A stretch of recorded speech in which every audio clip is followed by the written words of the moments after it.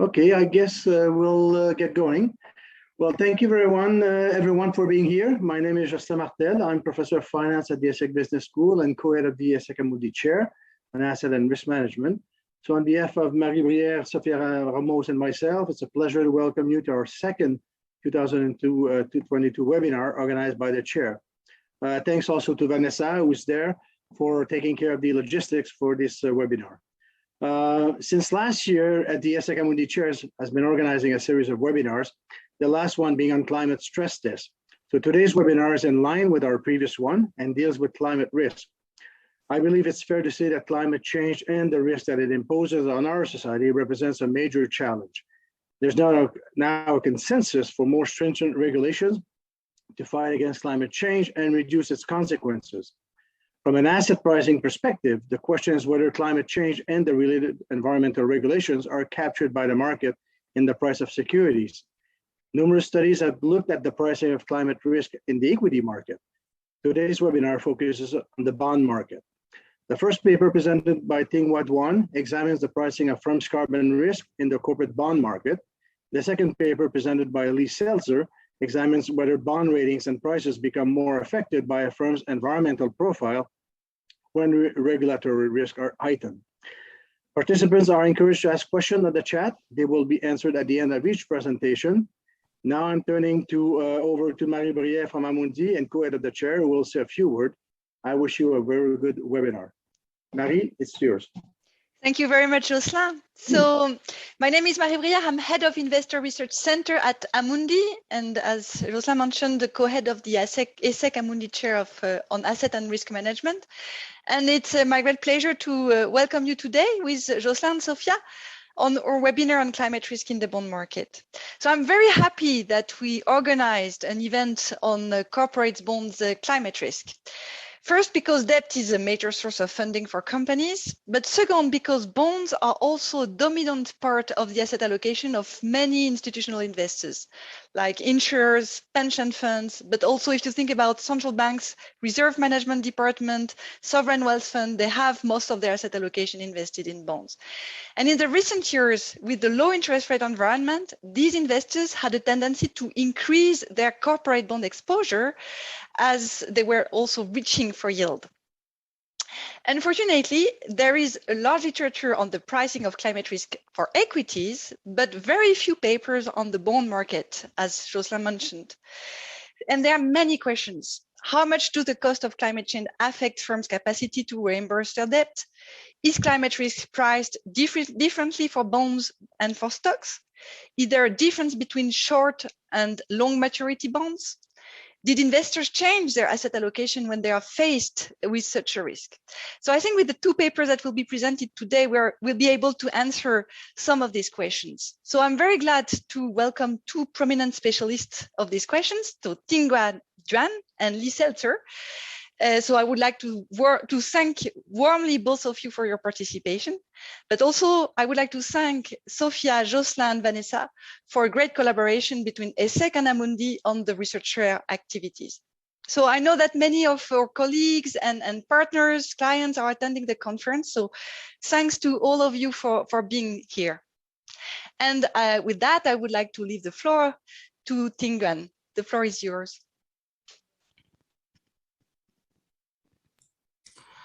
Thank you, Mahi, and thanks for Jocelyn's introduction. Let me share my screen.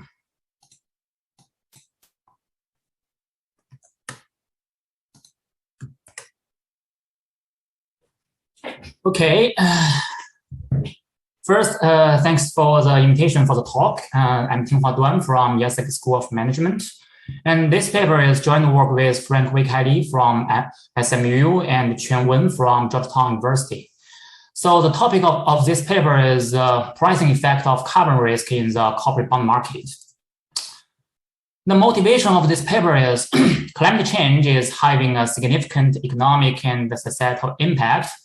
And many academic researchers has documented a variety type of social outcomes, especially for economic outcomes on this stream of the study, and find the climate risk has impact on the GDP growth, the labor productivity, as well as firm profit.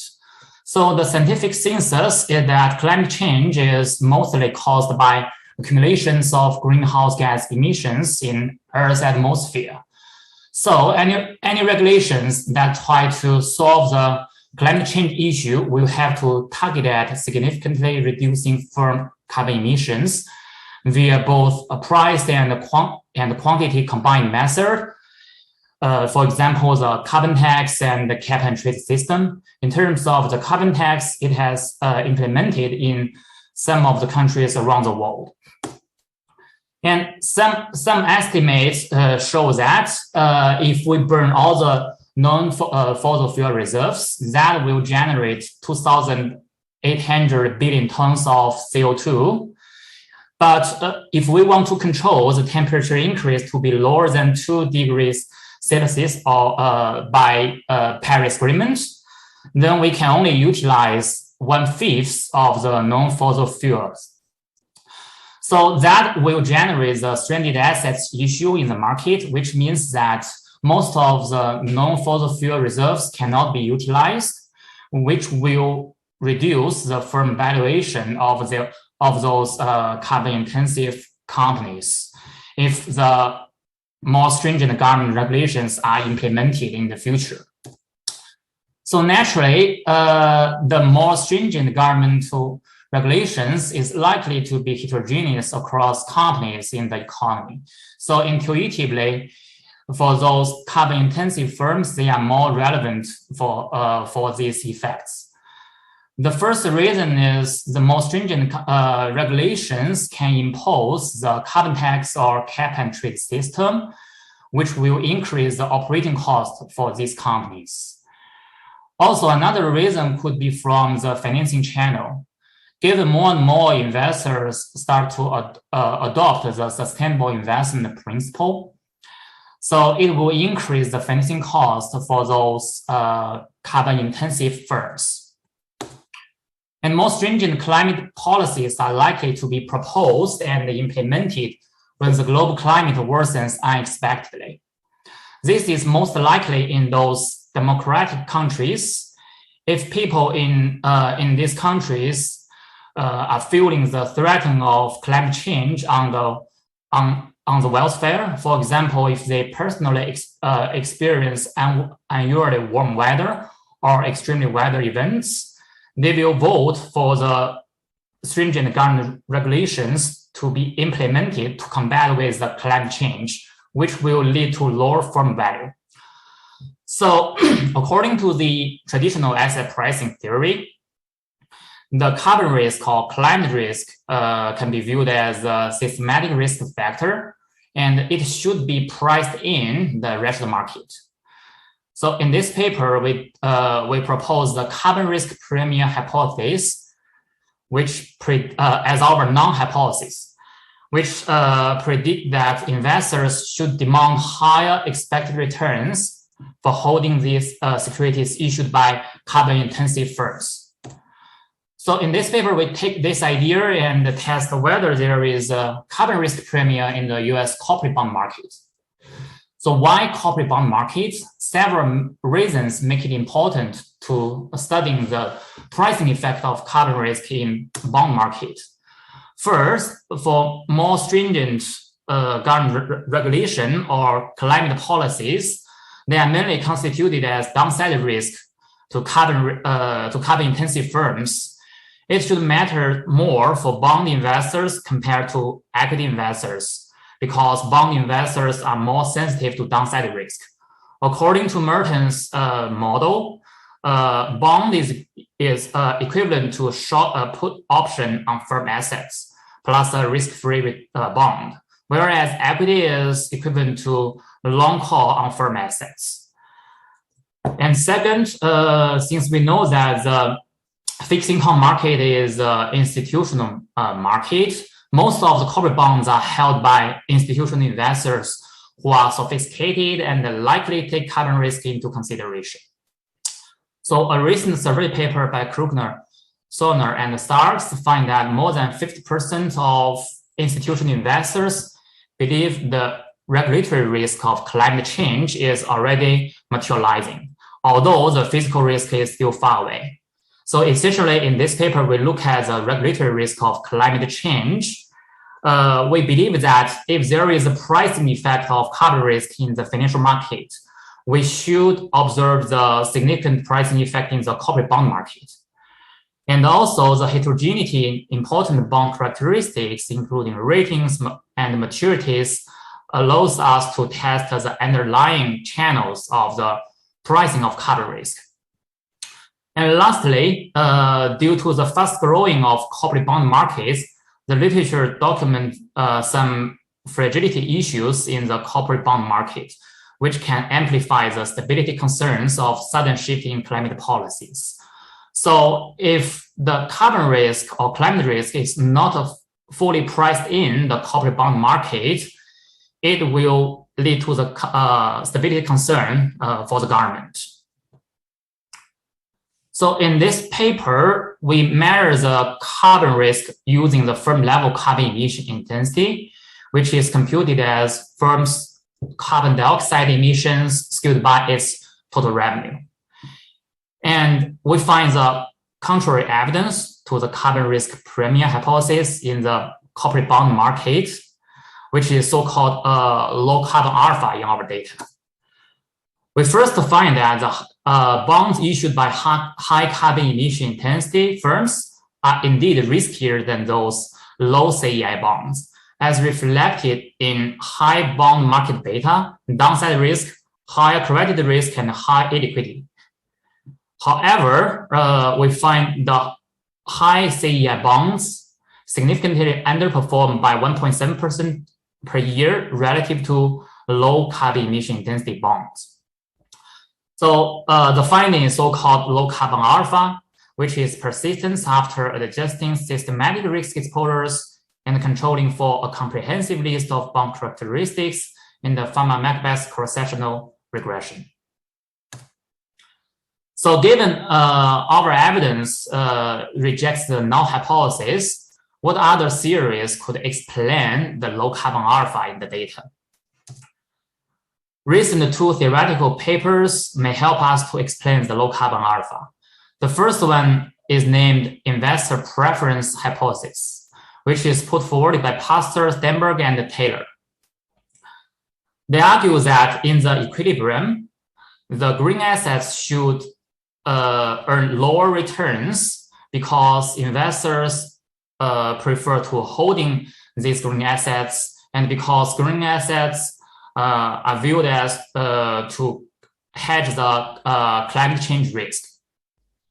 However, in the transition to low carbon economy, more and more investors adopt the sustainable investment principle, and this shift in investors' preference lead to the increased collective demand for green assets. So this will push up the price of green assets and push down the price of brown assets. So if we compute the realized return of green assets, they will outperform than those green assets due to the divestment from the brown assets. So we tested this explanation and find institutional investors indeed divest from bonds issued by carbon-intensive firms. However, when we control for the contemporaneous change of institutional ownership in the bond market, we find that the low carbon alpha cannot be fully explained by the shift in institutional demand. So we additionally propose the investor underreaction hypothesis to explain the low carbon alpha, which is put forward by Patterson and his co-authors. They argue that green assets could earn higher returns if being carbon efficient indicates strong firm fundamentals, and the market underreact to this predictability of fundamentals. So this is indeed a behavioral story that green assets can predict can predict better firm future fundamental, but market underreact to this predictability. And we find supportive evidence as high CEI predicts the lower future cash flow news, worsening bond creditworthiness, and more frequent environmental incidents. So for the contribution of this paper, we first contribute to the emerging climate finance literature. In this strand of the literature, they classify the climate change risk into two dimensions. The first is physical risk, which refers to direct cost results from the adverse effect of climate change on economic activities. For example, the extreme weather events or sea level rises. The literature has documented these effects in real estate markets, municipal bond markets, as well as sovereign bond markets. On the other dimension, the literature also studies the regulatory risk, which refers to cost imposed on firms from policies and the regulations implemented to combat climate change and the transition towards a low carbon economy. And in this paper, we add to this strand of the literature by studying the carbon risk. And the carbon risk has been studied by the literature and finds a pricing effect in the option market as well as the equity market in the US and globally. In terms of the carbon risk in the equity market, Bolton's paper finds that there is a contemporaneous relation between carbon emissions and the correlation of stock returns. Given the linkage between the bond market and the equity market, I will talk more details about the evidence in equity markets in later slides. And second, our paper also related to studies on firm ESG characteristics and stock performance. There is a contradictory evidence in the literature shows that the ESG rating could associated with a higher stock return or low stock return. And finally, our study also contribute to the study on cross-sectional determinants of corporate bond returns. The literature has documented the bond characteristics, systematic risk, downside risk, and the macroeconomic uncertainty risk can affect the corporate bond return. We add to this strand of the literature by identifying the carbon risk can also affect the corporate bond return. So now let me talk more details about this paper. We obtained the firm level carbon emission data from S&P True Cost. So to begin with, we use the universe of all firms in the True Cost database with a fiscal year ending between calendar years 2005 to 2017. And the sample coverage improves over time. From this figure, we can see that in early years, before 2015, the True Cost database covers 20% of as fraction of CompuStat universe. But after 2015, the coverage increased to higher than 60%.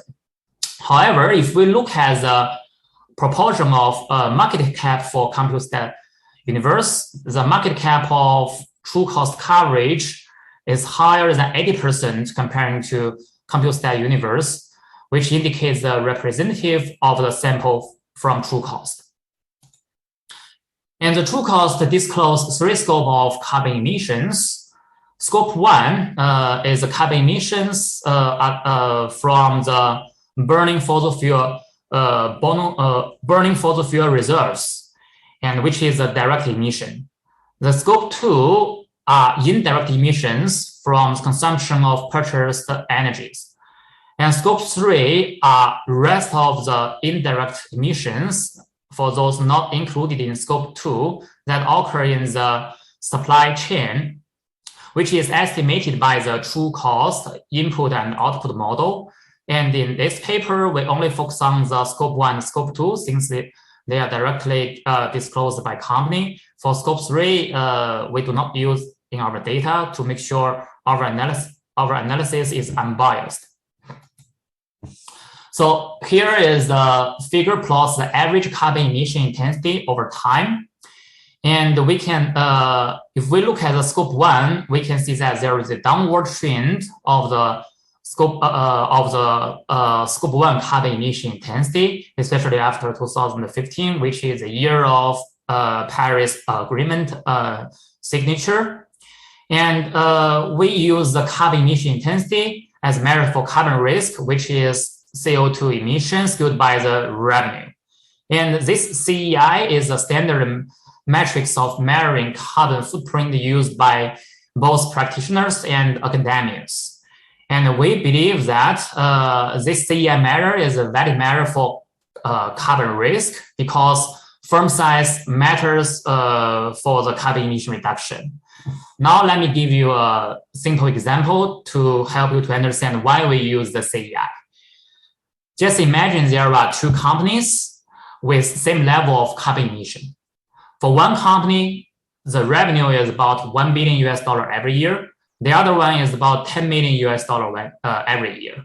If the more stringent government regulation is implemented, it requires both firms to reduce 1 ton of carbon dioxide.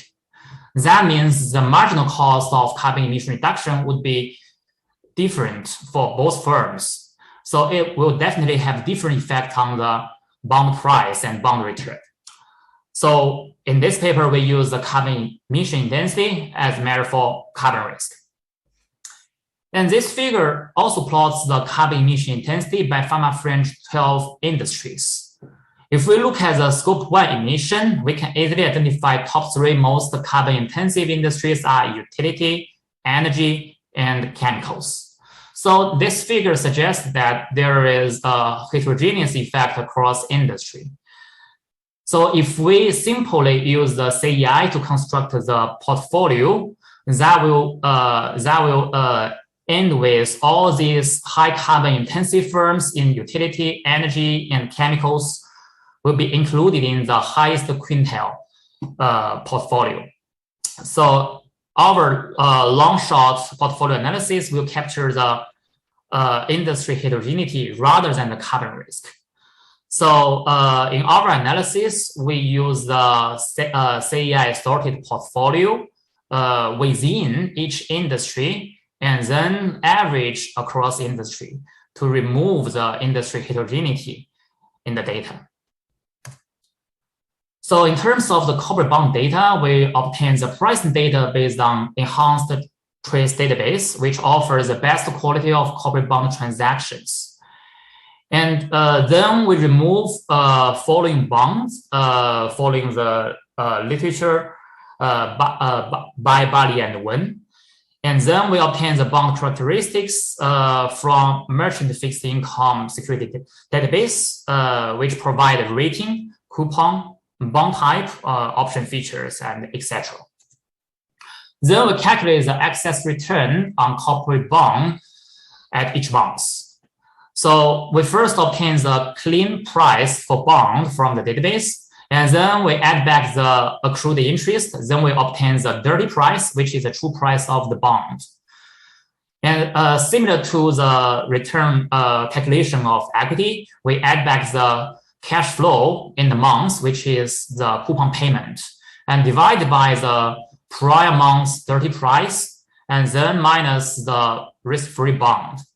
So our final sample includes more than 20,000 bonds issued by 1,100 unique firms, which covers the sample period from 2006 to 2019.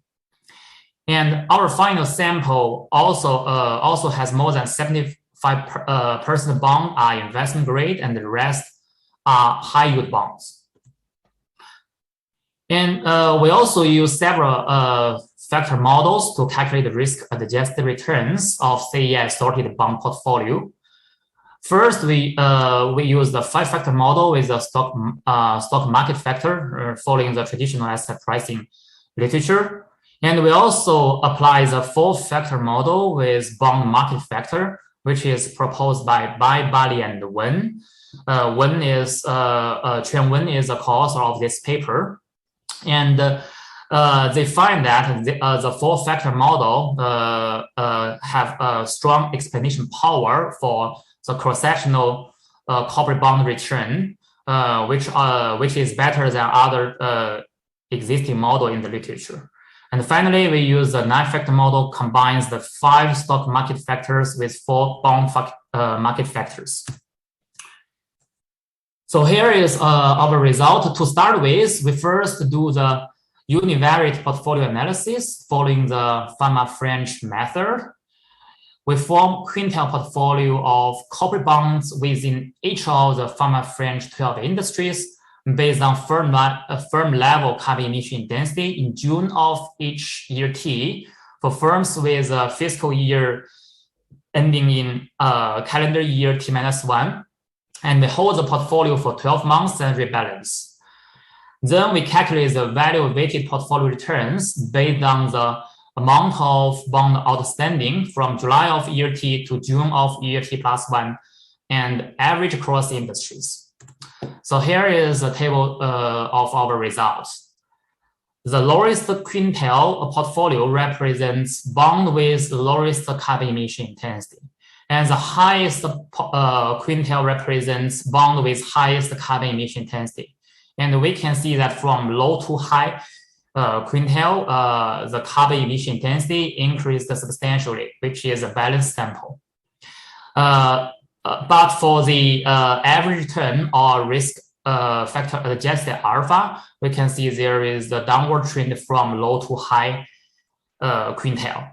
So we construct the high minus low portfolio and find the result is negative and significant, which magnitude is about 14 to 16 basis points, which means 2% every month, which is economic significant in the bond market, given the return of bond market is low compared to equity market.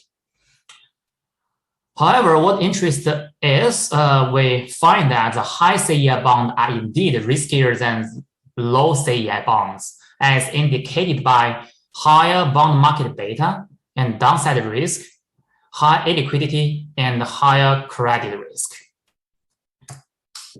So we also run the bond level pharma-MacBeth cross-sectional regression. And we control for a comprehensive list of bond characteristics, systematic risk factors such as default beta, term beta, macroeconomic uncertainty beta, and bond climate risk news beta, which measures by bond exposure to unexpected change in climate news index. And finally, we also control for the industry fixed effect to control for the industry heterogeneity in pharma-MacBeth regression. And we expect that the coefficient of CEI is negative and significant. So here is our bond level pharma-MacBeth regression. We find the coefficient of CEI is negative and significant in all specifications, no matter how we control bond characteristics or systematic risk factors, which indicates that the low carbon alpha in our data. And finally, we also conduct a battery of robustness tests for the bond return predictability of carbon emission intensity, including first, we replace the scope 1 emission to scope 2 and find the low carbon alpha is still there. And we also exclude firms in energy, chemical, and utility, those high carbon emission, high carbon intensive industries. And we also find the low carbon alpha is still there, which help us to rule out the result might be driven by the quintile portfolio in those carbon intensive industries. And we also exclude the period of global financial crisis and conduct a sub-period analysis and find the results are still robust.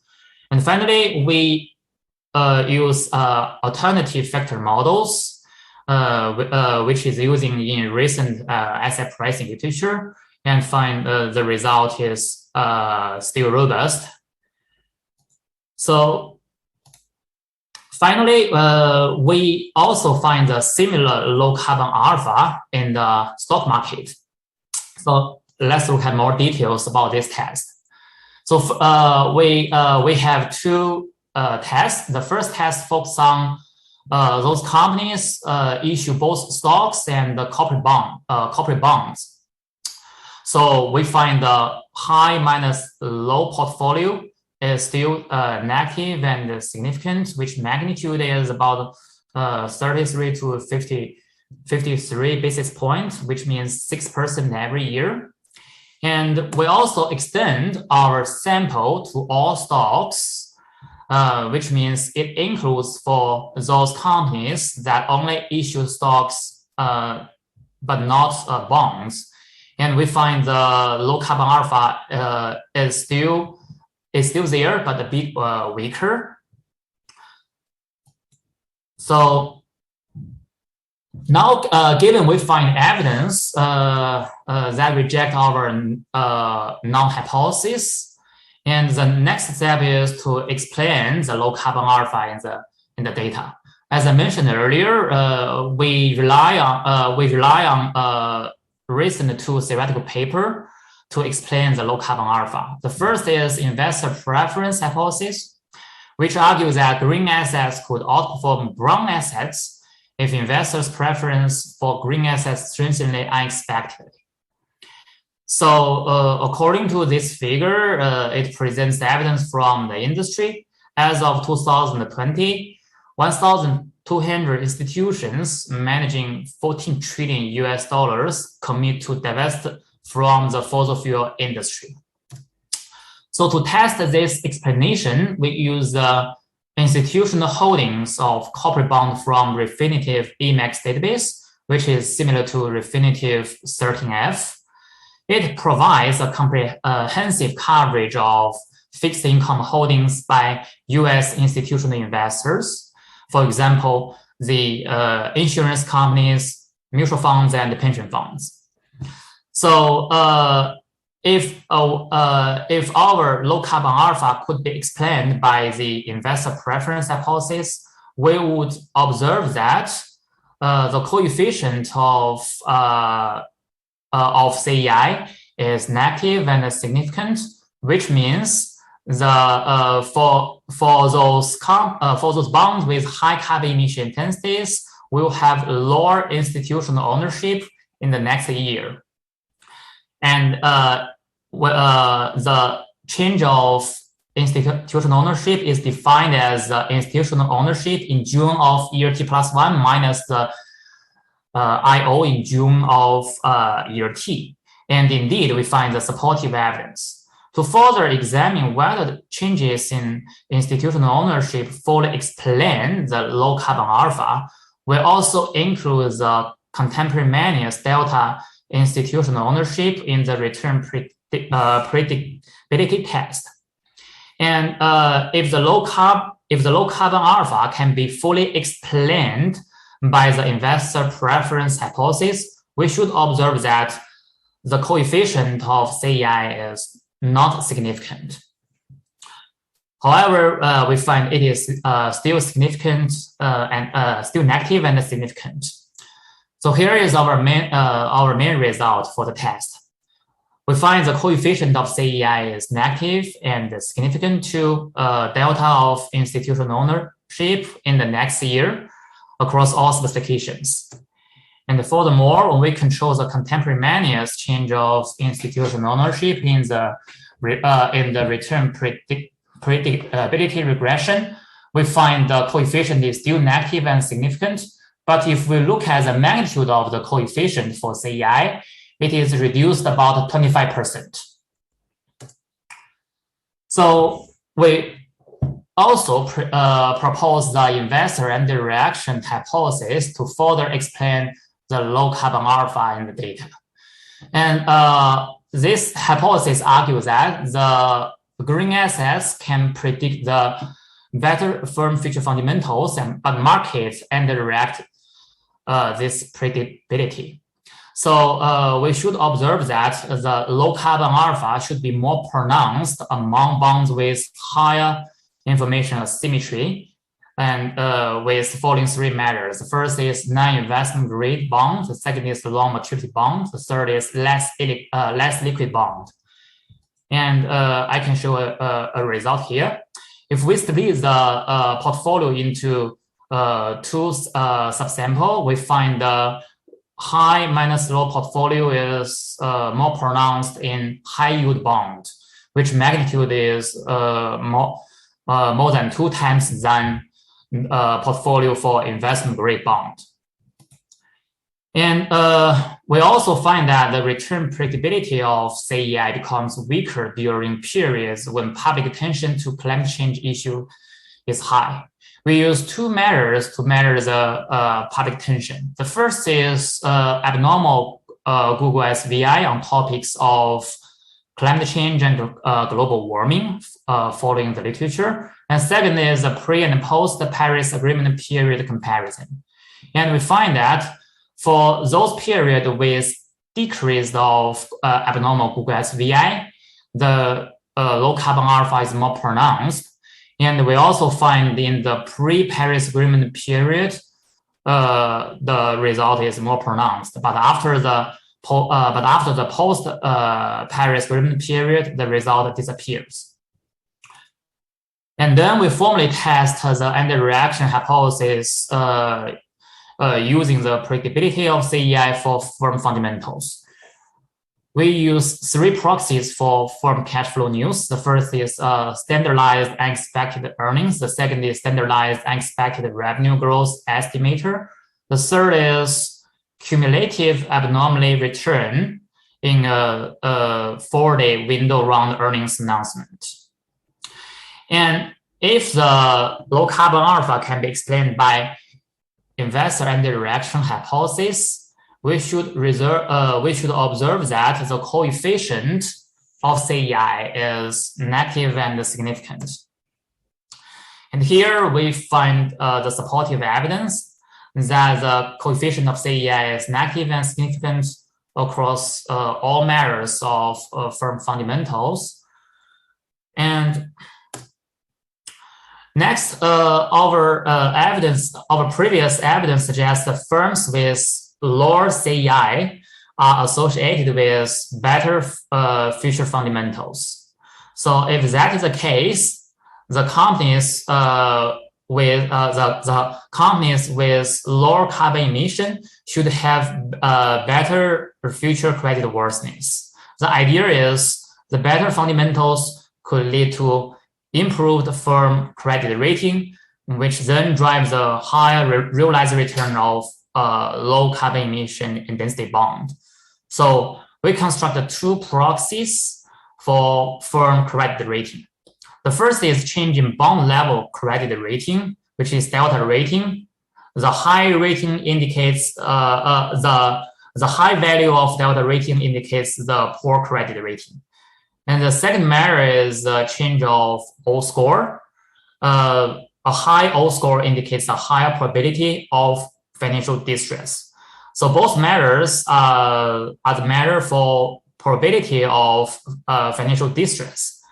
And then we find that the coefficient of CEI is positive and significant for both measures at both bond level and the firm level test, which indicates that carbon intensive firms experience worsening credit worthiness subsequently.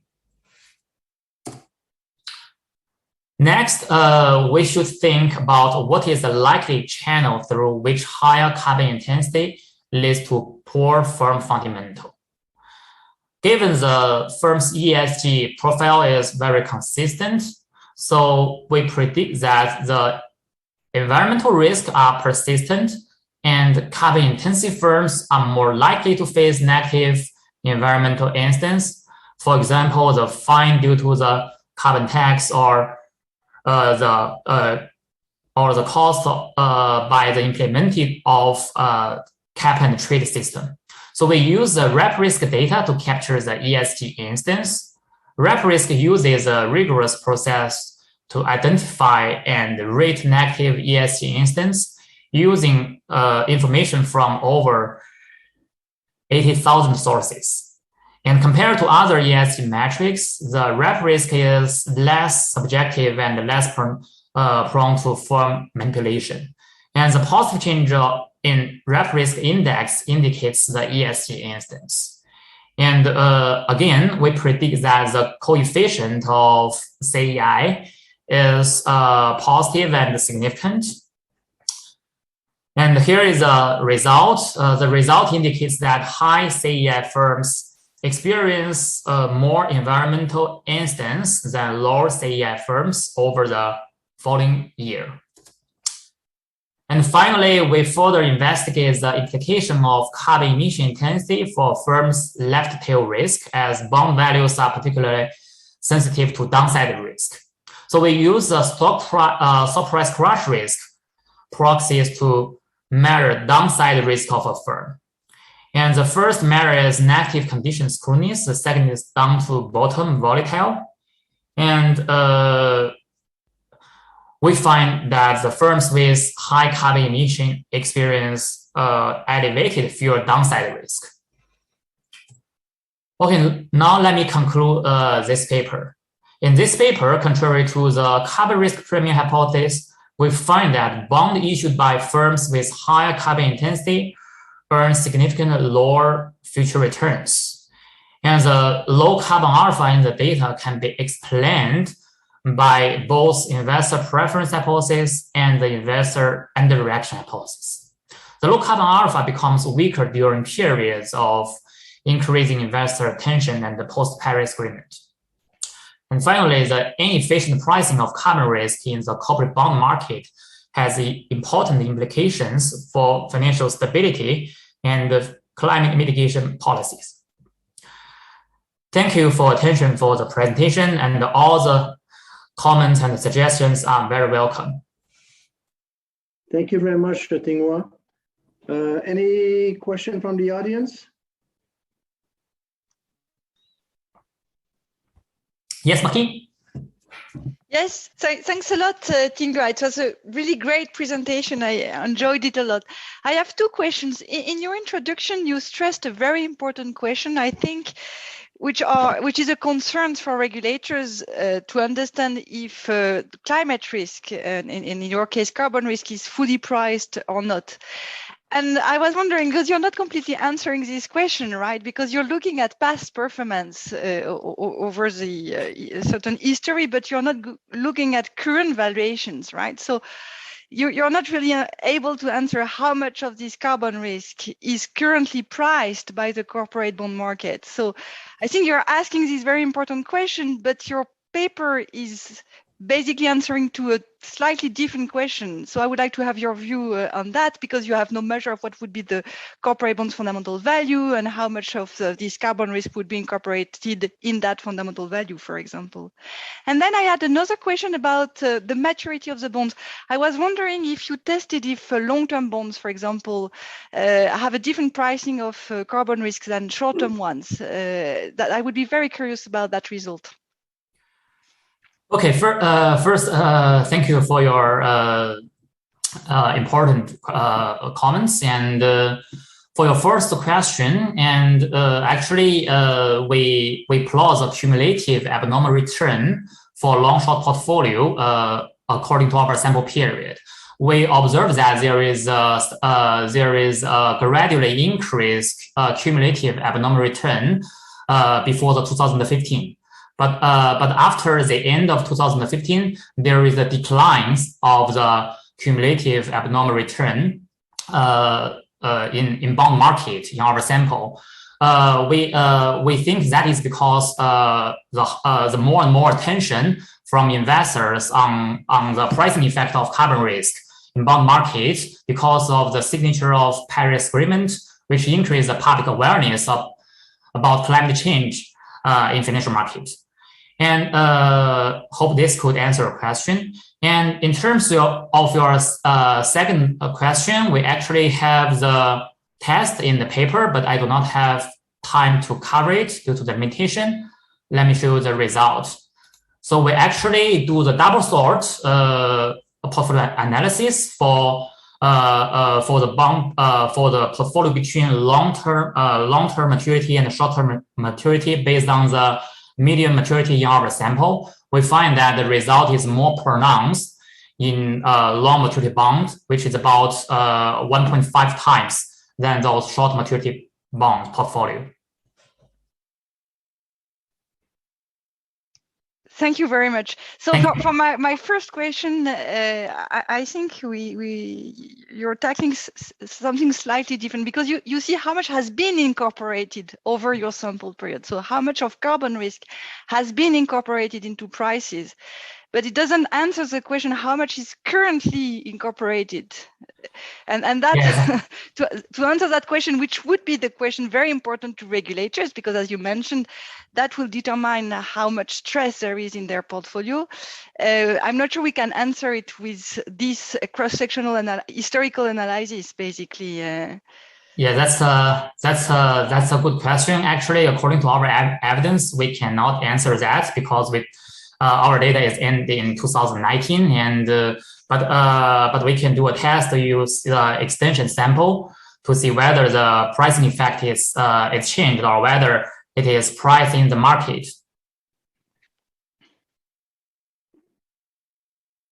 Okay, thank you. Other questions? Yeah, I have one question, Tinghua, especially on your variable related to institutional investors. So you say institutional investors tend to divest from firms with high carbon intensity. Yeah. The question is, they divest to whom? That is, the variable that you have now is an aggregate variable for institutional investors. But in institutional investors, you can have 10 different categories of investors with different preferences, different strategies, different investors behind them.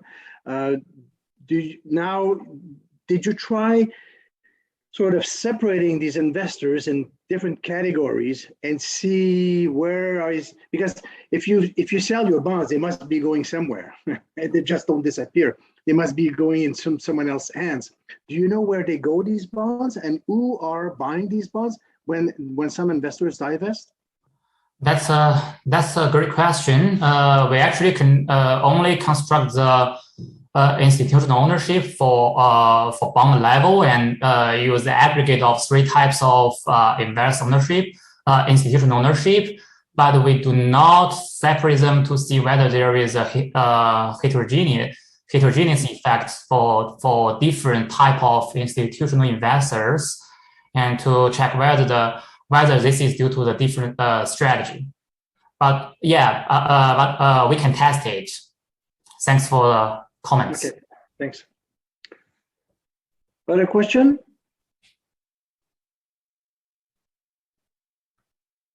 Okay. Yeah, there is a question. Thank you. I'm reading. Let me just get the full message. Thank you very much, Tinghua. I have a question on what is the argument you made behind the exclusion of scope 3 in your analysis? Oh, you mean the scope 3, right? Yeah, what are you excluded? Yeah, that's because this is estimated by the true cost database and by an input and output business model to calculate the carbon emission cost. So given the different data vendors use different input and output model, so we do not want to use the scope 3 as it is not reported by the company, which may have biased results. So that's why we add through the scope 3 emission. Yeah, I agree. Scope 3 is much less reliable typically than scope 1 and scope 2. There is a paper shows as the firm reported carbon emission, which is scope 1 and scope 2, are quite consistently across different data vendors. Yeah. Agreed. Other question? Okay. Well, before concluding this webinar, I just want to make a little short announcement. We have our workshop, the Amundi ESSEC workshop, which will be held on May 11th, 2022. I think, yeah, that's right. Here you have the announcement. That's in person for those who are around, obviously. If you want to come from abroad, you're welcome, obviously. That's going to be in person and in Amundi's premises. And then that's going to be followed by our next webinar on June 14 or 15. We're still not sure, but it's going to be around there. That's going to be on ownership, corporate behavior, and the environment. And there's going to be 2 papers, one presented by Émeric Bellon from Wharton, and one from Matthew Ringenberg from University of Utah. Well, first I'd like to thank Tinghua and Lee for their presentation. Great presentation, really interesting. It's really nice of you to have accepted to present the paper. Thanks to everyone who attended the webinar. You're obviously welcome to join us for the next webinar. You'll receive announcement for our next activities. And again, thanks to Marie and Sophia and Vanessa for the organization. Thank you, everyone, and hope to see you very soon. Thank you, Jocelyn. And thanks to all. It was a great. Thank you very Bye-bye. much. Thank you. Thank you. Thank you very much. Thank you. Bye-bye. Bye.